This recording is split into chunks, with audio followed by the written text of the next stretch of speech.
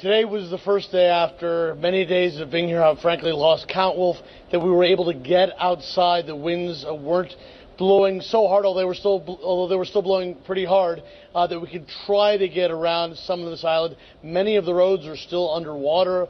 Many of them are blocked by submerged cars. We got to one area, though, in East Freeport, where a crew of people, a collection of volunteers, have brought their jet skis, their small boats, and are trying to carry out rescues that the Bahamian government so far has not been able to do. We met one man. His name is Howard Armstrong. He had been pulled out of his house early this morning with just the clothes on his back. He said he had lost everything, including his wife. It came over the roof. I would imagine 21 feet at least.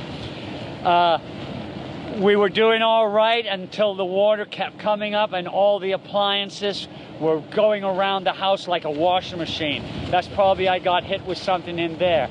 And my poor little wife got hypothermia, and she was standing on top of the kitchen cabinets until they disintegrated. And then I kept with her, and she just drowned on me. I'm so sorry. I know. So how did you get out?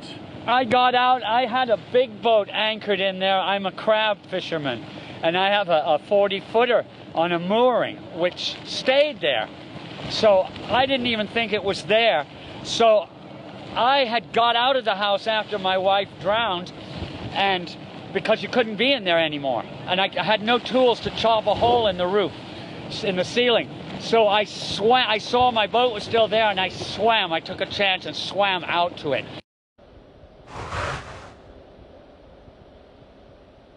Armstrong said after he swam out, Wolf, he went over to the house of a neighbor, swam to the house of a neighbor who had been calling for help all night long.